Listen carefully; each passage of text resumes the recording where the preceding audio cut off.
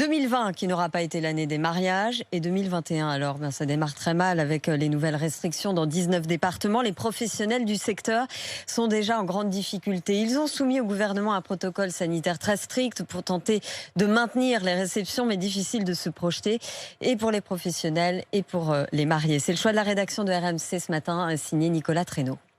Le mariage de Mathilde et Jimmy le 12 juin a été reporté déjà 2 fois et sans nouvelles annonces, le couple devra encore attendre avant de se dire oui. Moment difficile tant moralement que financièrement. On sait toujours pas si on va pouvoir maintenir ou pas cet événement. On veut pas créer un cluster et là on a un peu du mal à réinvestir. C'est difficile à anticiper comme on peut anticiper normalement cet événement quoi. Les mariés comme les professionnels réclament plus de visibilité au gouvernement. Les organisateurs de mariage comme Virginie Mention ont déjà perdu jusqu'à 90% de chiffre d'affaires en 2020 et les aides de l'État ne suffisent plus. Certains mariés demandent à être remboursés, donc c'est compliqué aussi parce que si on doit rembourser tous les mariés, on se retrouve avec plus rien. On ne peut pas travailler, on ne sait pas quand est-ce qu'on peut travailler, donc on est en souffrance. Ouais. Une pétition a été lancée pour alerter le gouvernement. Le vice-président de l'Union professionnelle du secteur, UPSE, Brice Etienne, a proposé un protocole strict pour ne surtout pas passer à côté de l'été où se concentre toute l'activité. Distanciation, 6 par table, etc.